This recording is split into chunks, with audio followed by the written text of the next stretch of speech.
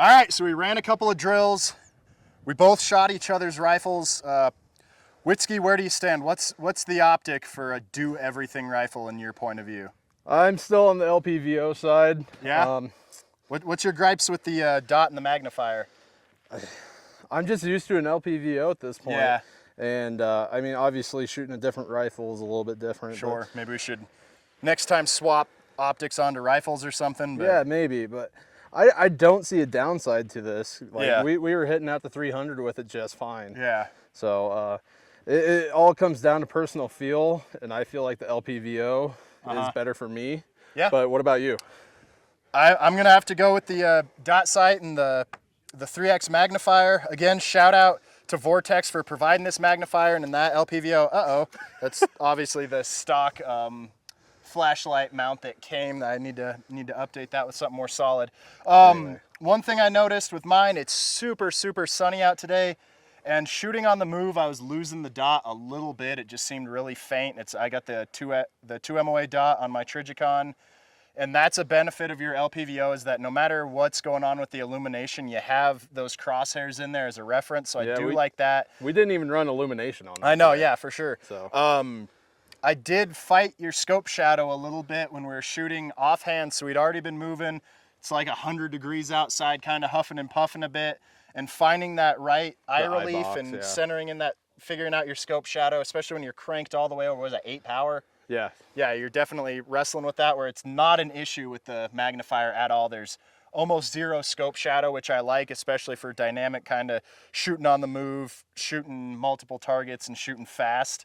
But realistic defensive fighting rifle situations, if you're doing anything past 300, I think you're going to have a lot longer of a trial than even Kyle Rittenhouse had, because you got some splaining to do. But that being said, you never know, like if the church shooter or whatever is, you know, was that Sutherland Springs, Texas, who's had some range, and I'm sure at that point one of these optics would have made it a little bit easier work to put that bad boy down. Absolutely. Yeah. So you definitely, it's nice to have some magnification either way. Do you have a preference for switching, whether you like the throw lever or just flipping the magnifier? No, I think definitely the magnifier, because it's quick. It's snap. It's none or one. Yeah. None. One. It's total gross motor skills. Like you could lose a hand and nub it the hell over with your bloody stump, and you're still in business. Whereas this thing, you might need some fingers just to actuate it. Yeah. Well, let's take a page out of old Hickok 45's book and just kind of play around a little bit. Have at it. And see what we're doing. So I'm gonna grab my trusty here, and I think like up drills, going from the ready, and presenting and finding that dot. I think you're quicker with this one, not having to fight that scope shadow. Yeah, I agree.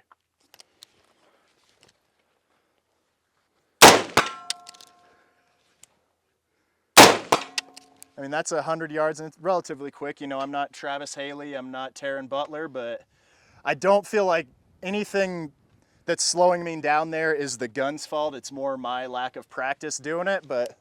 yeah, I'd agree with that 100%.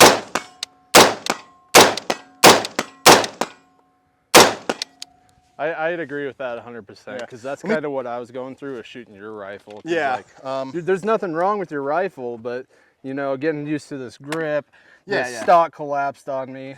Yeah, that's my one gripe with Daniel Defense, and I think it's just my copy, but the lock on it is like jammed in there, and I need to just swap out either with another DD stock or something else, because it'll collapse at the worst possible time, and that's super frustrating. Let me try the up drills with the LPVO real quick. Am I saying it right? Yeah. LVPO, LPVO. It's all the right words. So. Sure.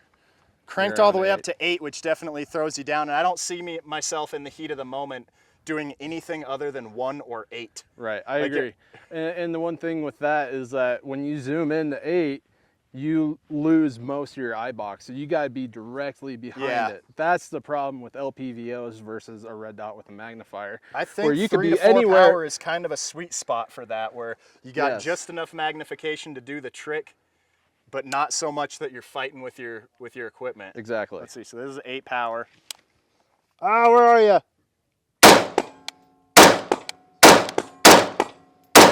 God, but once you're on, it's so much easier. Yeah.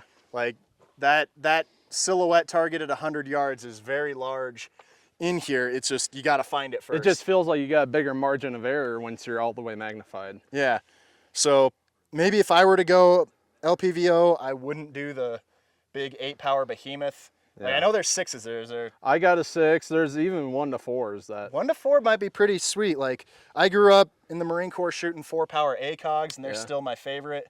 So maybe that's my money spot. Maybe that's a video to come.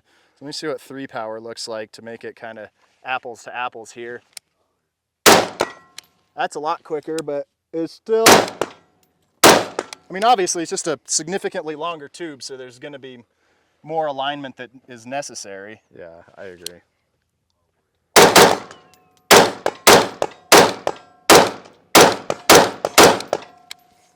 Why don't you do some playing? Yeah, I've never really experienced the muzzle blast on this thing, because I'm always the one shooting it. But oh yeah, yeah, you got that crazy breakup there. It's like firecrackers in your face. It is.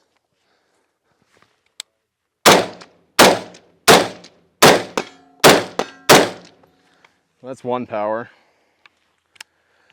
All right, see what we can do when we go up to 8. Ah, where are you?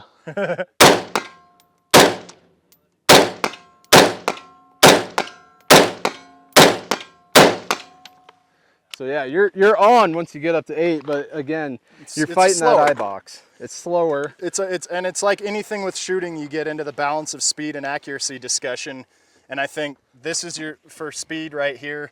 Accuracy right there is your moneymaker. Yeah. Maybe where you live and are operating out of, whether you're just a everyday carry type of guy and this is your truck gun or it's your home defense. If you're in an urban environment, this might suit you better. Or even out in the woods. You know, out in the dense woods, yeah. But as I say, if you're out in the farmland and this is in the back of your 4x4 and it's predators that might be further out messing with your livestock, you might want that 8 power. Yeah, and I think you need to have it built up for a niche, because obviously these are kind of our do-all rifles. Yeah. But they can't do everything.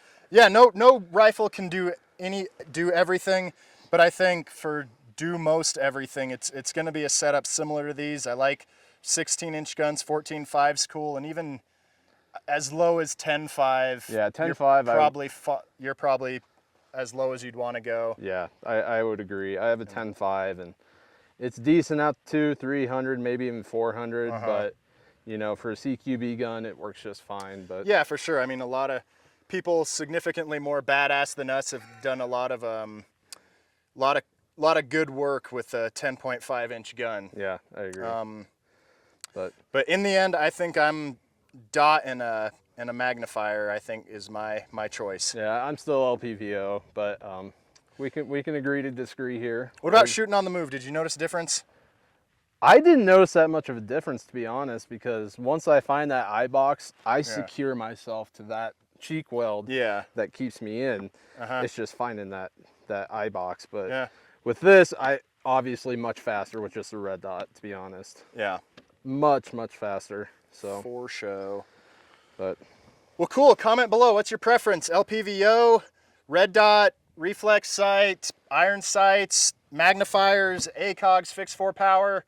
Obviously, there's a lot of stuff out there. And one thing we haven't touched on, I did mention the ACOG, but there's also, for the same type of situation, there's ACOG with a RMR on top. Yeah. So a lot of cool options. That's one I'd like to either add to my pile or have Dudley buy for the vault and just let us play with it, because that's always been something that I thought made a lot of sense. Yep, I agree. So. All right, well, let's wrap it up. All right.